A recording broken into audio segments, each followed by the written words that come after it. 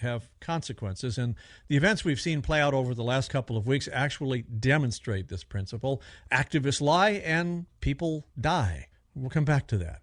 But once again, why are we divided? And the answer is America has forgotten who it is and what its founding goals were and the principle on which it's supposed to be standing.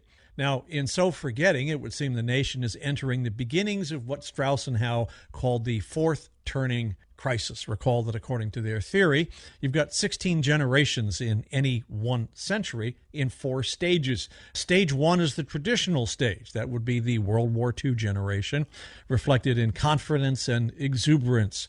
Stage 2 was my generation, baby boomers who, after the exuberance, rebelled against the established order, thinking they could build a bigger utopian society, and they're reaping the results of that.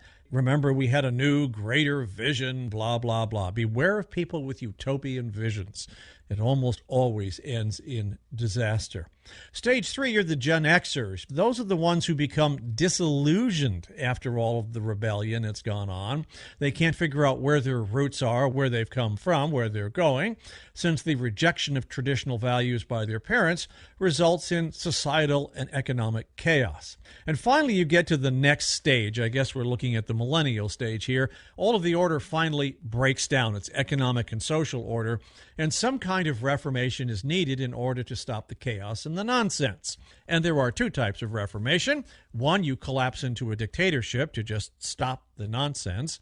Or 2, you actually achieve the reforms, society becomes stronger, and you build forward on that. That's the point we're entering right now. Now, looking at a lot of the events of the last 2 weeks, for me, this is old stuff.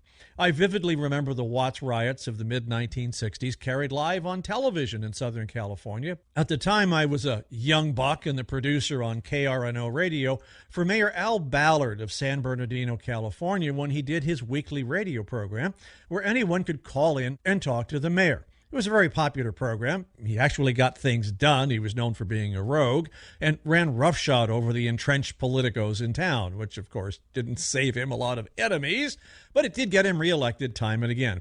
The following week, he would come back on the show and tell listeners what had happened with the complaints or the requests people had made the week before. During the Watts riots, just a few miles away from San Bernardino, Mayor Ballard made national news by putting shotguns on the fire trucks. His controversial position was, you shoot at us, we shoot at you. The question is, why after 60 years are we still here? That's the key. And if you answer that, you have the answer to all of today's controversies. You know, starting in the 20th century, a group of imposters, largely academics, arose calling themselves progressives or humanists. They hated most of what America stood for. They loved what Stalin was doing in Russia. Well, that was at least until everybody discovered what Stalin had really done in Russia and how many people had died. And then they wrapped themselves in the American flag and called this the American way. They wanted to see the Constitution rewritten. They hated Christianity. They wanted to replace it with a moral system of their own, which, if you've noticed, they have failed to do. They wanted to see socialism substituted free markets, top-down society for freedom. And working through academia year after year, winning new converts in colleges, and eventually in the entire public school system. Over the course of a half century, they changed the thinking of entire generations away from the founding intent of the country and its freedoms and towards this imposter idea.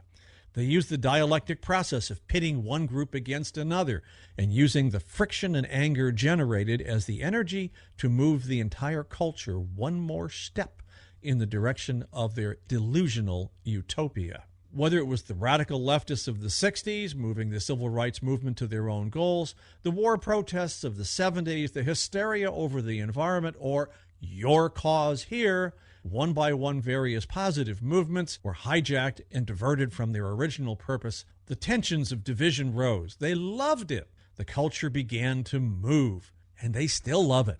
Because if you notice, issue after issue, the same George Soros-like faces always pop up behind each one, driving that divisive wedge, all in the name of finding unity. And young people tend to fall for it time and time again because they don't have the background to understand what's really going on. So here we are today, 2 fundamentally different worldview visions of America. with a myriad of individual issues trapped in between them. Remember, the issue's never really the issue. The issue is always just a step to the great utopia, moving away from the vision of the founders and toward this new global socialistic type of idea. Most of the people involved in each of the issues, they're really unaware of the overarching battle going on or the real causes of the division. Now, the agents provocateurs that are paid to do that by various sources, they know what's going on. But how do we solve all of this? Well, remember earlier on I said we forgot who we are. Number one, this is not a time to go wobbly, and dialectical consensus is enshrined wobblyhood. Number two, Christianity has to recover its soul. Its competitor, progressive secularism, has singularly failed to produce a viable, sustainable, moral, and ethical system, and we're seeing the disastrous, chaotic results in the world around us. But Christians have allowed themselves to become confused about their own souls. But if they remember who they are and the rock upon which they stand, they can once again become salt and light. Number three, we need to keep teaching younger generations what the founding vision of the country was, what freedom is all about, what the Constitution is about, why it was a unique, successful experiment in the history of mankind, and why socialism and the other trappings with it have been such a disaster for any country that ran down that road. I can promise you that the waters ahead are going to be real rough for a while. Lives and the salvation of souls are going to be on the playing table, not to mention the survival of Western civilization. But rough waters make for the best seasoned sailors. The Scripture admonishes us that if the foundations are destroyed, what will the righteous do?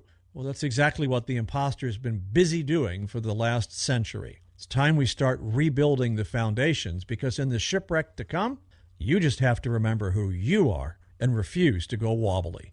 It's what Christians have been doing for the last 2,000 years. We're at SteelOnSteel.com. I'm John Lufter. The program is Steel on Steel.